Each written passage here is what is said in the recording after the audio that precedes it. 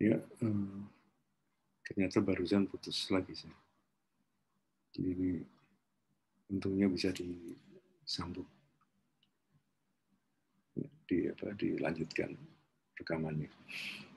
Jadi kita lanjutkan bahwa tugas BNPB sebagaimana tercantum di dalam Undang-Undang 24 2007 itu bisa kita lihat di paparan ini.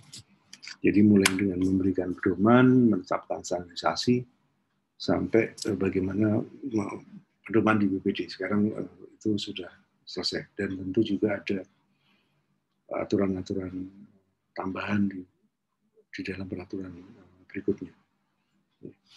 Nah, ini fungsinya yang disebutkan dalam peraturan tersebut, dalam undang-undang tersebut, gitu. Merumuskan kebijakan, lantas juga memkoordinasikan pelaksanaan kegiatan.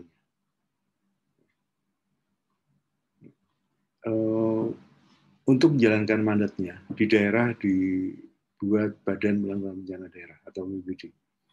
Tetapi BPBD ini bukan kemenerusan BNPB.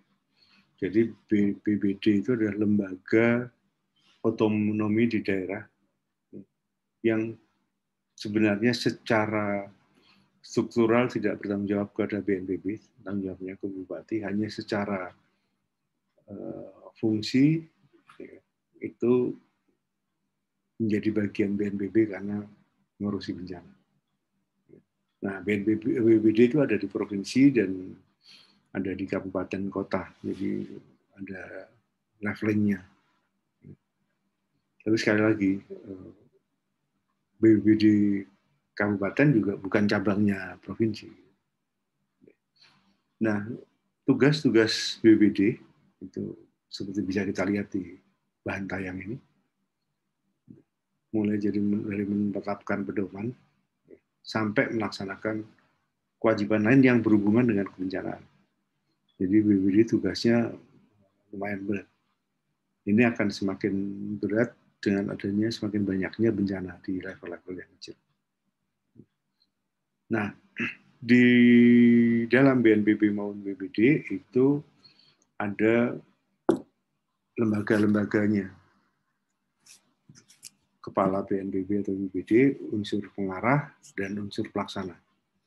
Sebenarnya dulu konsepnya itu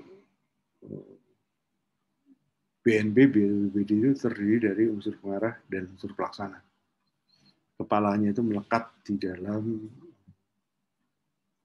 wakil presiden untuk BNPB atau wakil bupati di ini, tapi proses mengendaki lain. Nah, dipilah di sana ada unsur pengarah dan unsur pelaksana. Perlu diketahui bahwa unsur pengarah ini adalah salah satu atau satu-satunya unsur yang ada di dalam kementerian lembaga yang ada fit and proper test untuk ke sana. Nah, ada banyak undang-undang. Tentu yang paling banyak seputaran ketika itu disusun di 2008 makin banyak peraturan-peraturan menyangkut BNPB. Nanti silakan dilihat. Nah, di Indonesia dilanjutkan dengan adanya rencana induk penanggulangan bencana yang itu berbatas waktu. Jadi yang sekarang disusun untuk sampai 2045. Jadi ini mandat-mandatnya memperjelas bahayanya menilai sumber daya, mengelola lewat organisasi yang ada dan membuat kebijakan dan hal lain yang ada. Nah, rencana induk seperti saya sampaikan tadi mulai 2021 sampai 45 divisikan bahwa Indonesia itu harus tangguh dan mampu melakukan pembangunan berkelanjutan. Ini kalau diingat inilah mandat dari Sendai Ya, jadi semua harus punya ketangguhan dan bisa mengelola. Nah,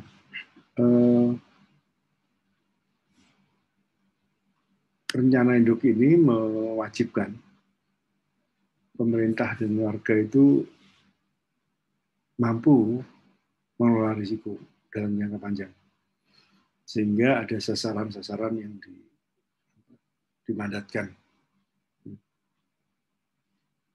dari hal-hal yang seharusnya kita semua bisa menangani. Nah, bagaimana kebencanaan itu dikelola?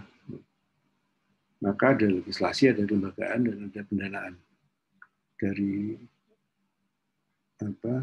berbagai macam. Jadi mandat pokoknya itu lewat Undang-Undang 24 2007, lembaga-lembaganya itu BNPB dan BPD provinsi kabupaten, dan pendanaannya bisa dari DIPA, kontingensi, on-call, hibah, dana masyarakat, dan dukungan internasional.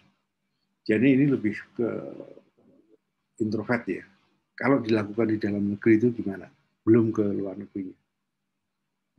Nah, bagaimana ini dilakukan? Itu kita melakukan penguatan regulasi, membuat program pengurangan risiko, memberdayakan perguruan tinggi, teman-teman semua, penanggulangan bencana yang berbasis masyarakat, memperbaiki reaksi cepat, lantas membuat program PRB untuk kelompok rentan, meningkatkan peran non-pemerintah, dan organisasi mitra pemerintah, serta lembaga usaha.